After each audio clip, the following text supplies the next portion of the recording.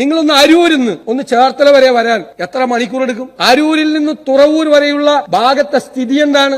ആയിരക്കണക്കിന് ആളുകൾ വഴി കിടക്കയില്ലേ? ഒരു പകരം സംവിധാനവും ഒന്നും അവിടെ ഏർപ്പെടുത്തിയിട്ടില്ല. ഞാൻ ഇവിടെ NH-66 പൂർത്തിയാക്കുമ്പോൾ നന്നാവും, ഗംഭീരമാണ്.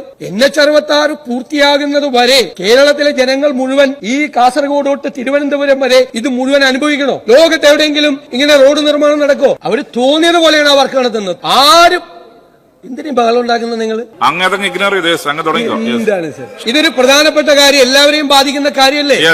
കേരളത്തിലൂടെ ആളുകൾക്ക് യാത്ര ചെയ്യാൻ പറ്റാത്ത അവസ്ഥയിലേക്ക് കാര്യങ്ങൾ പോവുകയാണ്. തിരുവനന്തപുരത്തുനിന്നൊരു കാർ എറണാകുളത്ത് എത്താൻ 7 മണിക്കൂർ 8 മണിക്കൂർ എടുക്കുകയാണ് യാത്ര ചെയ്യാൻ വേണ്ടിയിട്ട്. ഈ ഹൈവേ തീരുന്നത് വരെ അങ്ങനെ പോയാൽ മതിയോ? രോഗികളെ കൊണ്ട് ആംബുലൻസ് പോകുന്നില്ലേ? സുഖമില്ലാത്തവർ ആശുപത്രിയിൽ പോകുന്നില്ലേ? കുട്ടികൾ സ്കൂളിൽ പോകുന്നില്ലേ? ആളുകൾ ജോലിക്ക് പോകുന്നില്ലേ? ഹൈവേ തീർന്നിട്ട് യാത്ര ചെയ്താൽ മതിയോ കേരളത്തിൽ? അപ്പൊ അതിന് ബദൽ സംവിധാനം സംസ്ഥാന സർക്കാർ ഇടപെടണം.